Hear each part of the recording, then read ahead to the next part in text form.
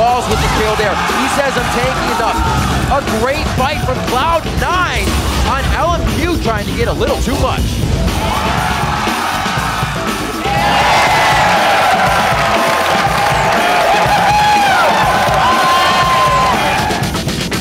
A double pickup! What a composition and camaraderie coming in from Lincoln. That's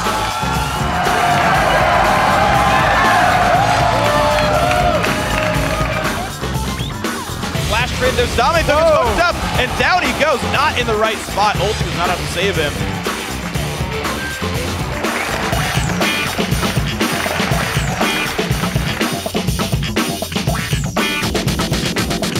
down in, that's going to be a teleport for Shifter as well. They lock down Dyrus. He doesn't have mana to get in or out.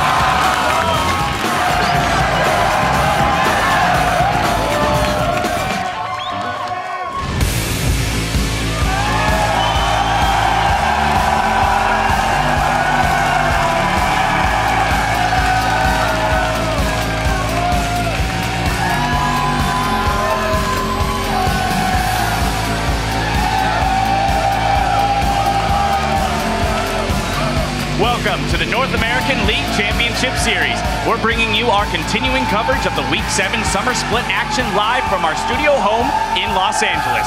And being a Super Week, there are 5 big matches coming your way today as teams battle to move up the standings. Hello, I'm James Dash Patterson, and with me is former LCS jungler Clark, Claky D. Smith, and from our Challenger Series coverage, Aiden Zyrene Moon. Guys, thanks again for joining me here at the desk. Oh, thanks for having us again, Dash. Of course, Riv, Jat, Freak, and Kobe will be along shortly with the calls of today's games. But first, let's set the table. Guys, the back and forth battle for first continues between Dig and CLG. Now, Dig has a half-game lead entering today, so if they sweep their 2 games against Complexity and Cloud9, they'll finish the week alone in first place. Now, will they do it, Zyrene? I think they can do it, but I'm going to go with no on this one. I think a 4-0 is really hard to do with the parity in the league. Also, they're playing against Complexity, and you said they just got a half game up. Complexity has the blue shell. They're already 1-1 against them, and also, right now, Dignitas, 4 out of their 5 losses are on the last game of a week, and they're playing 2 today. So that calls into question their preparation. Do they prepare for the end of the week games, and can they prepare for 2 games on the same day? There's a lot of factors coming into this, so that's why I don't think they can do it. I think they can do it. They came into Super Week really strong. They're playing against Complexity and C9. C9's looking like they're struggling.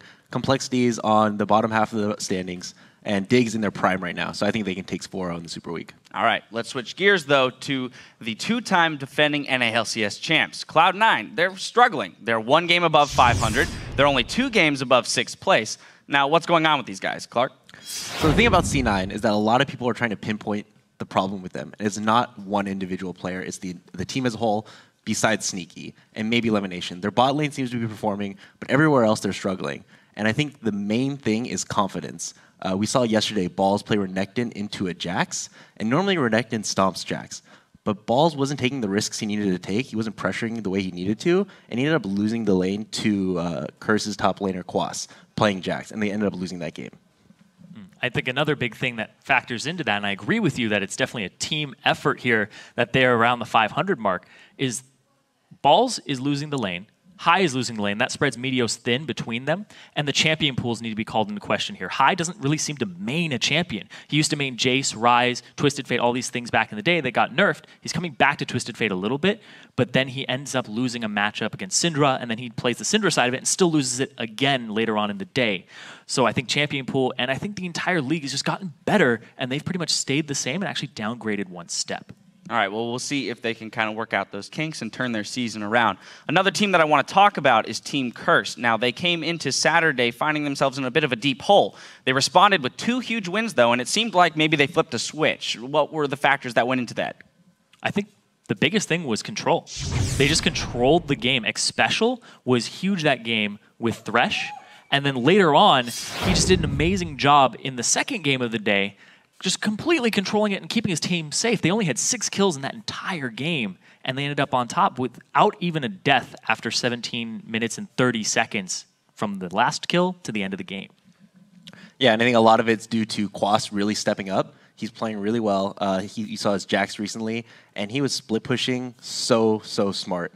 He ended the game 1-1-0, so his KD wasn't great, but He had the most CS of any top laner in LCS history, and he wasn't taking any risk that he didn't need to take. He was applying pressure to whichever lane he was pushing, and they just ended up winning the game because of the pressure of Jackson Quas. All right, Zyrene, you touched a little bit onto the special topic, and I want to continue on with that. He became yesterday the first player in the NALCS history to register 1,000 assists. Now, Claykey, we did a little bit of research, and we discovered that 15 of those assists came against you. Now, as somebody who played against him, I want to hear what makes him so good. So first off, I want to start by congratulating Xpecial. Congratulations. You couldn't have done it without me. It's true, though. But really, Xpecial is really, really amazing. He has 100 games to his name, the most out of any support in the NALCS. He has the experience. He's a veteran. And I think what really sets him apart from other supports is his mechanics and his bot lane matchup knowledge. Yeah, I completely agree. His knowledge of the matchups is huge. He's also raised a lot of supports in his time. And also the thing to keep in mind is it's 1,000 assists in 100 games. That is huge. There's a lot of people who are going to hit 1,000 assists. You just have to play enough games. So the fact he did it in 100, there are other supports in the league who aren't even close, even though they have 100 games to their name. Absolutely. Quite an accomplishment. And just for a little bit of context, we're going to take a look at the career assist leaders in the NALCS. The next runner-up is Crumbs, who has 3 fewer games but trails with 786 assists. It's an interesting list, though, because there's 4 supports, 3 junglers, and 1 top laner. And now we're going to try and condense 6 huge games into a neat little bite-sized serving, thanks to your help and the hashtag LCS Big Plays. First up, we have Curse versus LMQ. At Little Gurax writes, Xpecial the God. That's how you carry as support. 1,000 assists? Good job. I know we're hooked for sure. These items that Kog'Maw gets make him beefier. What? Another hook! Max range coming from Xpecial. This is going to be a kill on to No Name. One last shot from the Bio Arcane Barrage, but Cop's not in range. No Name will still go down in that fight. Moore's going to be hit up. Another consecutive hook from Xpecial coming in. His thresh play today has been out of this world. It is safe to say that Curse have weathered the early game storm of LMQ, and skies are sunny now. Hook City, population, Xpecial, and everybody else is just visiting there. Then, from Complexity versus EG, it's the Helios double. At Cobalt Hater says Helios with the sneak attack, blindsiding Complexity. Roll the Monk. A lot of flashes to re-engage there, at least one. Helios to the backside! There's too many minions! He gets the Dragon's Rage! He goes in for another one! Helios with the plays into the Dragon Pit to completely turn the fight around! Helios takes matters into his own hands. That was beautiful. Really big teamfight win for them. Wow. Korean Lee Sin, OP. And finally, from CLG versus LMQ, Vasily adding a little hip-hop to his dance moves. At Fire Element 6 writes, Vasily with the triple reverse bait. Pop, pop, hop, hop. Here's the Trist with the triple. It's a slow, but can't get much more than one auto attack down. Afro flash hooks! He catches Xiao Wei Xiao! In he goes! The Zonius, though, it's a bait! Vasily finds one! Dexter's there, they answer back, but it's 2 kills! It's gonna be more Vasily with the triple kill, and out he goes! What a fight for LMQ again! CLG actually overreaches right there, trying to make too big of a play, and it's LMQ who can actually play the counter-aggression card and come out on top. Completely unexpected. And pop, pop, hop, hop, he did all the way to victory. And now it's your turn to hop over onto Twitter and share your favorite moments from the day. We're at LOL Esports and use the hashtag LCS Big Plays. Taking a quick look at the standings, though, it's in first, Dignitas. Then, half a game back in second, it's CLG. LMQ and TSM share third with 10 wins and 7 losses. And in fifth, it's Cloud9. After that, it's Curse in sixth, who are starting to pull away from Complexity in seventh. And then in last, it's Evil Geniuses stuck on 4 wins. Kicking off today's action, however, is Team Curse taking on Counterlogic Gaming. Then it's Complexity versus Dignitas. And after that, LMQ will square off against Evil Geniuses, followed by TSM versus Complexity. And we'll wrap up our week with Dignitas versus Cloud9. And remember, you can find the entire season schedule and vote for the teams you think will win on lolesports.com. Just click on schedule and give a thumbs up to your choice. Also, there you can find in-depth game analysis, player and team stats, and VODs of all the games from this year. You can also find out how to join us here in the studio to watch these teams play in person. Just click the tickets link for all the details. Then click over to Twitter and weigh in on our Twitter question of the day. We want to know, what is the most impressive thing you saw in the NALCS during Super Week and why? I know my answer is Dash's hair, But share your insight by writing us at LOL Esports and use the hashtag LCS. Then keep it tuned right here to see if your answers get read later in the broadcast. Now, the talent of the NALCS is deep at every position this split, especially at support. And one of the latest additions to that talent pool is a guy with a pretty big mustache. Now, it's not Bubba Dub. It's the big guy that Poros like to stand behind.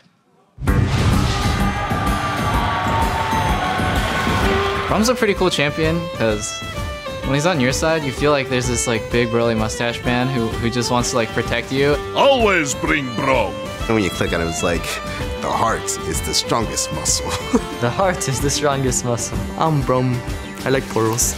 I don't know. Brom is probably the most supporty support. He has a lot of like peel, disengage, and damage soak. In the hands of like good players, like I think Kiwi and Afro both play Brom really well. A good Brom will like time his E correctly, will stun a certain target, and will tag certain targets. Nice! Stand behind me and Unbreakable coming in from Kiwi Kid. Your Q is on a 10-second timer, your shield's on a 20-second timer, and then W is on a really long cooldown as well, and then your ulti is 2 minutes, so every ability counts. Even if you dodge his skill shots, you cannot dodge a shield, and it's really hard to hit the back line. His shield literally blocks anything that you're trying to go through him with. So his AD's like right behind him, you try to hit the AD, you can't. It feels like you're unkillable. Oh dear. It's only so big, Kiwi Kid. It's only a big shield. You can get out of there alive. Wow, he does stay alive. When I see a Braum picked, I usually think I can kind of abuse it early, and then it usually sometimes backfires. His early laning 2-on-2 is actually kind of weak, but he does set up jungle ganks really well with his stun and slow. They are still going on. One more hit coming in from Afro to lock down the concussive blows. He gets the Winter's Bite on. His mid game, you let him reach mid game, he's a monster. A Glacial Fisher goes across the entire team from EpicSkillshot. You can just go ham. You just dive in, get somebody stunned, throw out your ulti, hopefully knock up half their team, and then just pop that shield, and everybody's focusing you, and then you're half HP because you're not dying, and you just walk away. Don't worry. Brom was trying a little bit. Zyrene, what have your impressions been of Braum since he arrived here on the scene? I think Braum is a little bit of a stronger version of Leona later on in the mid-late game portion. And the fact that he can actually just force himself to soak the damage, he will get a bunch of ultimates focused in on him. There's actually a clip there where we saw Kiwi Kid taking a whole bunch of damage. Once those cooldowns are down, then you start the real team fight, and your team will come out on top because you just took all of that beating for your team and just basically brought the W. Well, the big guy has been picked 6 times and banned 5 times in our last 11 games so far this week, and I'm sure we're going to see him on the Rift today. The players from Curse and CLG are loading into the lobby for our first game, so we're going to take a quick break. The action starts underway in 3.5 minutes.